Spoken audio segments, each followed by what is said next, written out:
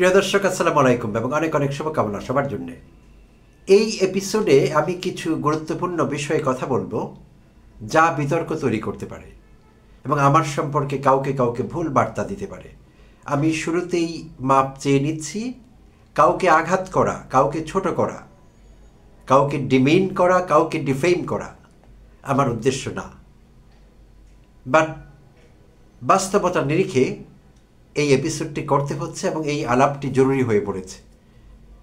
তো আমার আলোচনায় কেউ কষ্ট পেয়ে থাকলে আবারও বলছি, আমি আগাম সরি বলে নিচ্ছি, আমি দুঃখ প্রকাশ করছি ইন অ্যাডভান্স।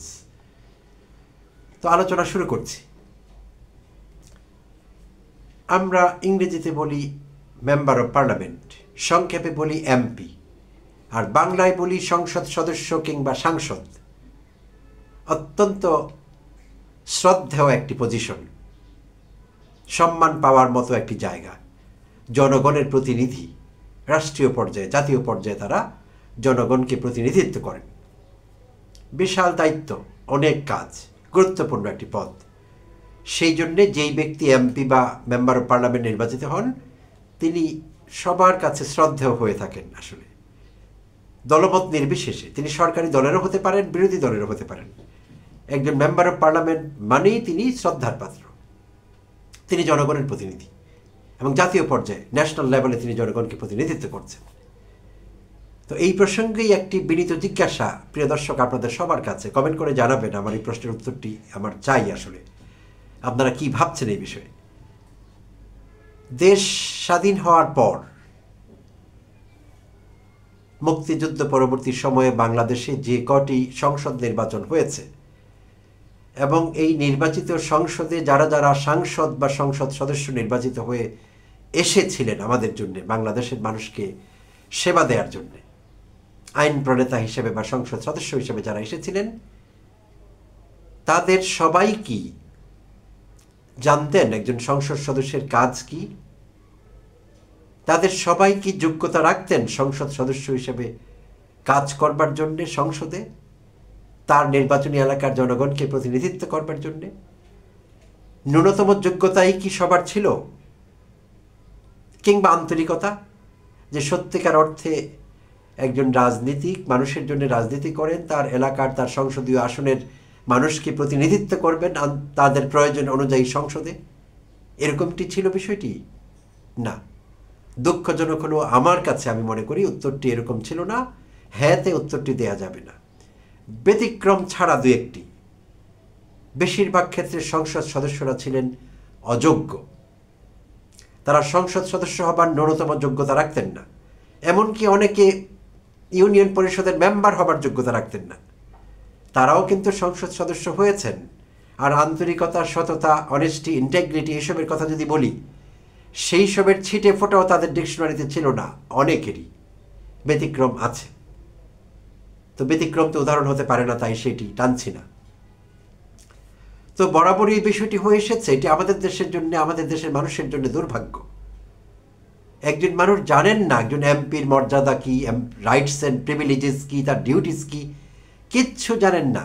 কিন্তু তার পেশি শক্তি, হঠাৎ কামানো কাঁচা টাকা কিংবা দুর্নীতির মাধ্যমে অর্থপ্রাপ্তি, এলাকায় আধিপত্য বিস্তার করবার সক্ষমতা, সব কিছু মিলিয়ে সময় তাকে মেম্বার অফ পার্লামেন্ট বাড়িয়ে দিচ্ছে।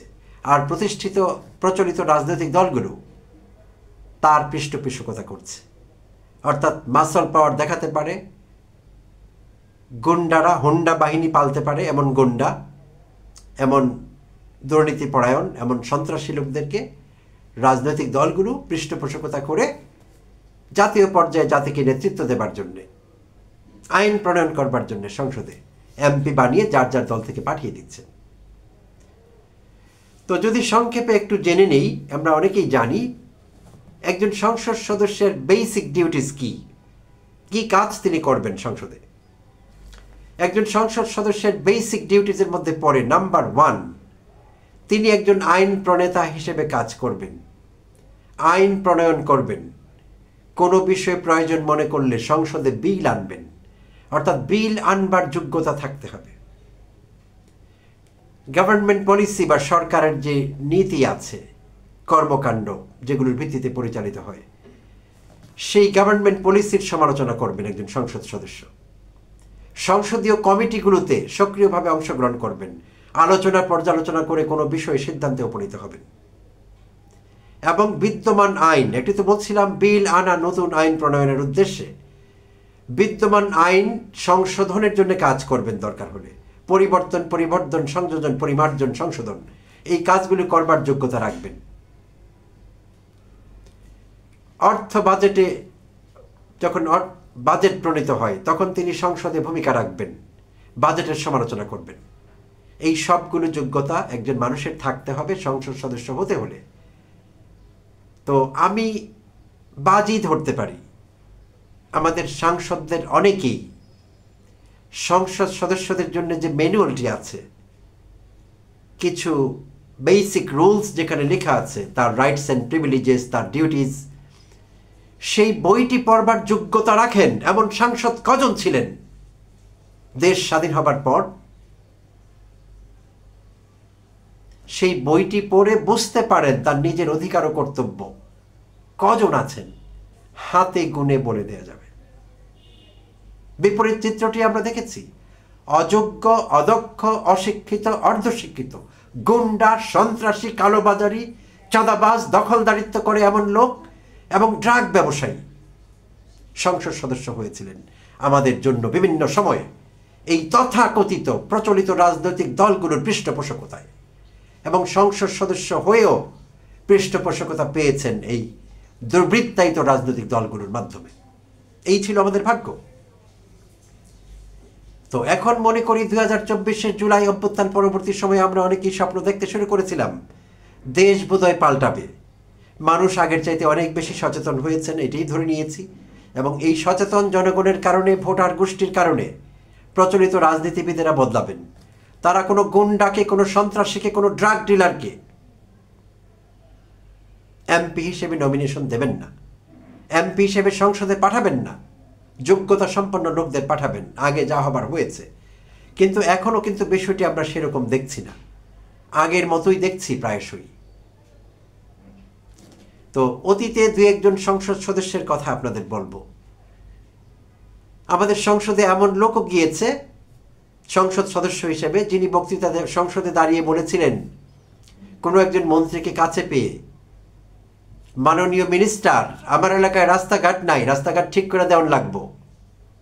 তো সেই মিনিস্টার বলেছিলেন আমি না, আমি তো স্বরাষ্ট্রমন্ত্রী, উনি যোগাযোগ মন্ত্রী।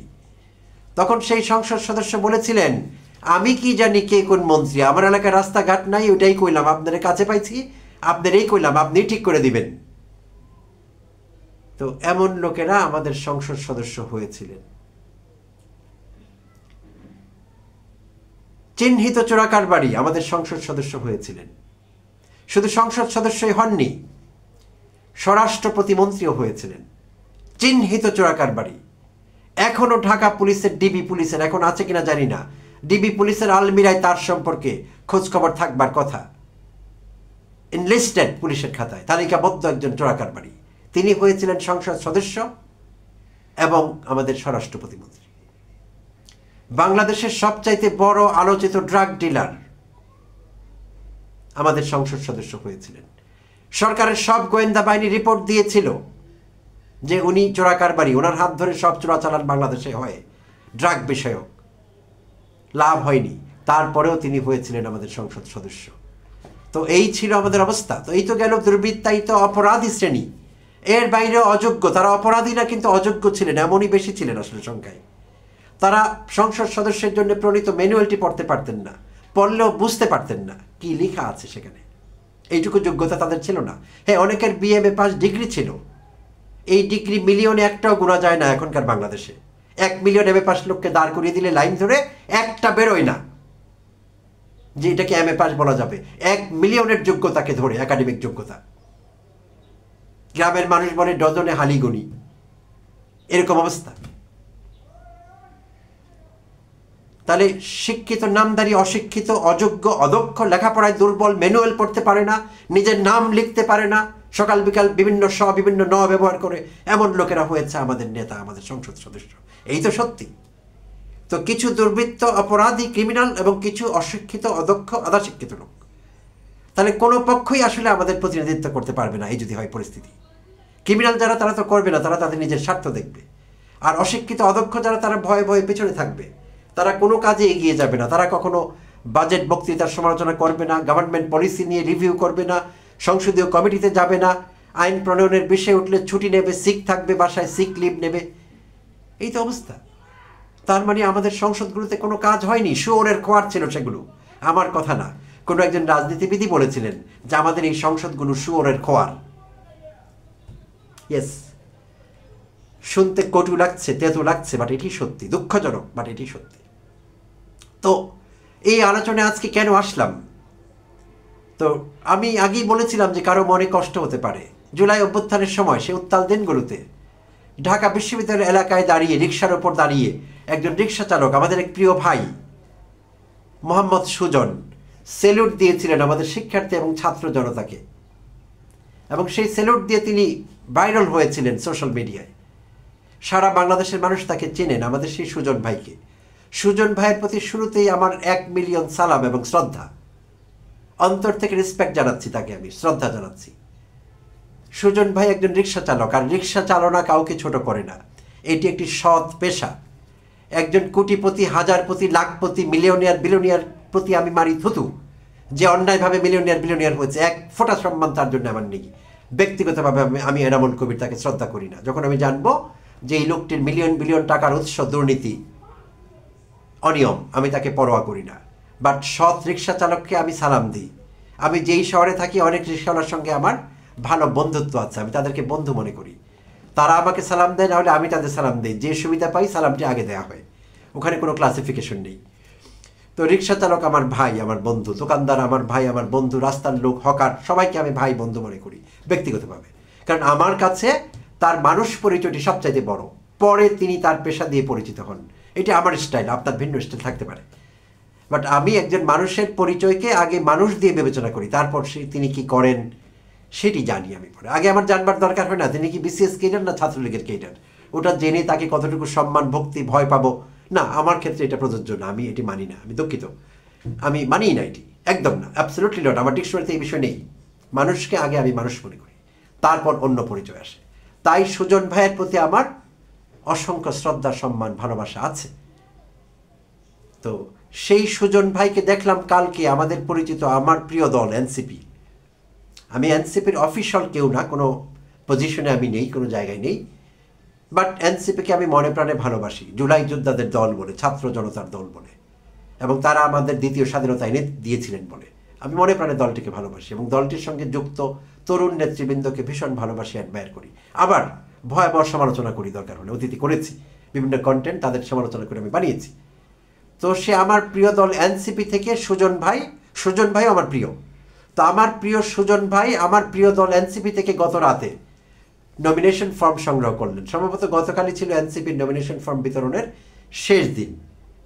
তো এনসিপি নেতৃবৃন্দ সেখানে সম্মুখ সারিতে ছিলেন প্রধান সমন্বয়কারী জনাব নাসিরউদ্দিন পাটোয়ারি, এবং পাশে থাকা তাসনিম জারা, যাকে নিয়ে আমি বেশ কয়েকবার কন্টেন্ট বানিয়েছি, আমাদের সকলের প্রিয় হারদিল আজিজ, বাংলাদেশের মানুষের প্রিয় তাসনিম জারা, যিনি আমাদেরকে অন্য উচ্চতায় নিয়ে গেছেন আন্তর্জাতিকভাবে, বয়সের তুলনায় অনেক অনেক এগিয়ে আছেন, বাংলাদেশকে নেতৃত্ব দিচ্ছেন। আগামীতে তার আরও বলিষ্ঠ নেতৃত্ব আমরা আশা করি। সেই তাসনিম জারাকেও পাশে থাকতে দেখেছি। তো সেখানে অফিশিয়ালি সুজন ভাই ফুলের তোড়া এবং নমিনেশন ফর্ম সংগ্রহ করলেন এনসিপির কাছ থেকে গত রাতে। তো সুজন ভাই সংক্ষিপ্ত বক্তৃতায় বলেছেন, সেটি বিভিন্ন চ্যানেলে এসছে, ইউটিউব ভিডিওতে পাওয়া যাচ্ছে। সেখানে তিনি বলেছেন যে তিনি বিশ্ববিদ্যালয় এলাকায় জুলাই অভ্যুত্থানে অংশগ্রহণ করেছিলেন, কর্মকাণ্ড চালিয়েছিলেন। সেই জন্য তিনি ঢাকা ৮ থেকে, এটি বিশ্ববিদ্যালয় এলাকা, রমনা, শাহবাগ, মতিঝিল, পল্টন, এই এলাকাগুলোকে ঢাকা ৮ বলা হয়, ঢাকা ৮ আসন থেকে তিনি নমিনেশন ফর্ম নিচ্ছেন এনসিপি থেকে। ওই আসনটি তার এই জন্য পছন্দ, যেহেতু তিনি সেখানে অংশগ্রহণ করেছিলেন জুলাই বিপ্লব অভ্যুত্থানে। তো সেখানে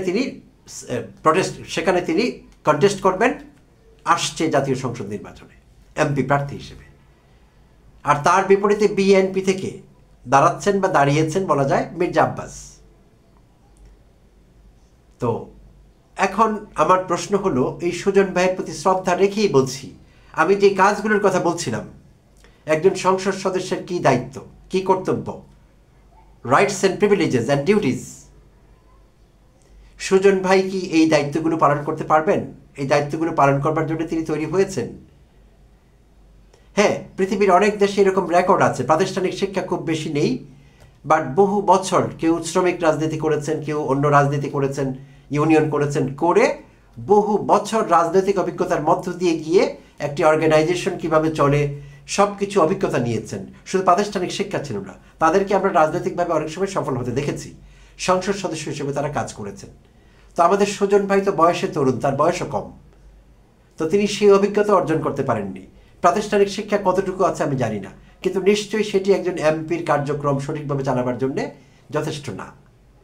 তাই আমাদের সুজন ভাই এই যে নমিনেশন পেপার ফর্ম নিলেন এনসিপি থেকে, এনসিপির নেতৃস্থানীয়রা তাকে ভালোবেসে ফর্ম দিয়েছেন আমি বিশ্বাস করি, কিন্তু একজন সংসদ সদস্য, একটি সংসদ, এই জায়গা কি শুধুই আবেগের জায়গা, না সেখানে যোগ্যতার কোনো ব্যাপার আছে?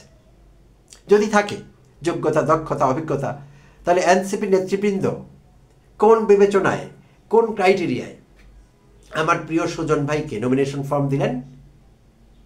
তাহলে আমি কি ধরে নিব যে একটি নমিনেশন ফর্ম বিক্রি করাই তাদের উদ্দেশ্য ছিল, যে যেহেতু সুজন ভাই আগ্রহী হয়ে নিচ্ছেন তার কাছে একটি ফর্ম বিক্রি করে দেওয়া যেতে পারে?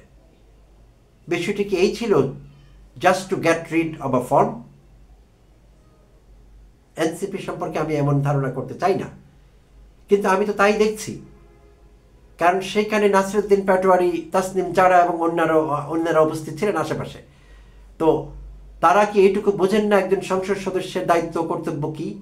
সুজন ভাই তার প্রতি কতটা বিচার করতে পারবেন, সুবিচার? তাহলে তারা কেন আগ্রহী হলেন তাকে এই নমিনেশন ফর্ম দেওয়ার জন্য?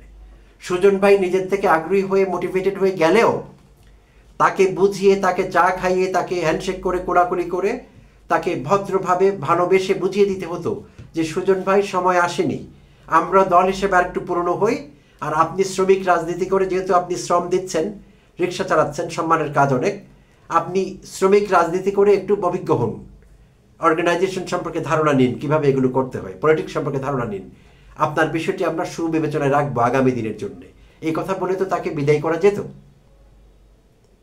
কিন্তু তারা সেই কাজটি করেননি, তারা তার কাছে একটি ফর্ম বিক্রি করেছেন। এখন আমি জানি না অবশ্য সুজন ভাই ফর্ম কি টাকা দিয়ে নিয়েছেন, নাকি এনসিপি কার্টিসি হিসেবে তাকে ফর্ম ফ্রি দিয়েছে, আমি বিষয়টি জানি না। তো যদি ফর্ম ফ্রি দিয়ে থাকে, তাহলে যেটি বলছিলাম যে ফর্ম বিক্রি করার উদ্দেশ্য কিনা, তাহলে আমার সে আগের কথাটি প্রযোজ্য হবে না, এবং সেই জন্য আমি দুঃখ প্রকাশ করছি, এই তথ্যটি আমার কাছে নেই।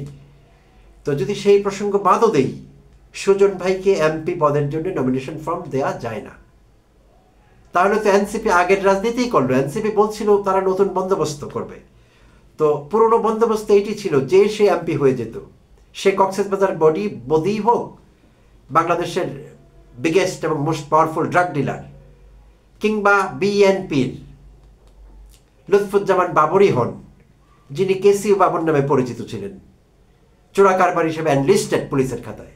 বিএনপির অনেকের কষ্ট হবে আমার এই কথা শুনতে, বাট তখন যখন এই বাবর এমপি হন বিএনপির নমিনেশন নিয়ে, এবং এই বাবর যখন স্বরাষ্ট্র প্রতিমন্ত্রী হন, বিএনপি করা বহু লোক কষ্ট পেয়েছিলেন, বহু সৎ লোক, অনেকের সঙ্গে আমার কথা হয়েছে বিভিন্ন সময়ে, তারা কষ্ট পেয়েছিলেন। কার বুদ্ধিতে, কার বিবেচনায়?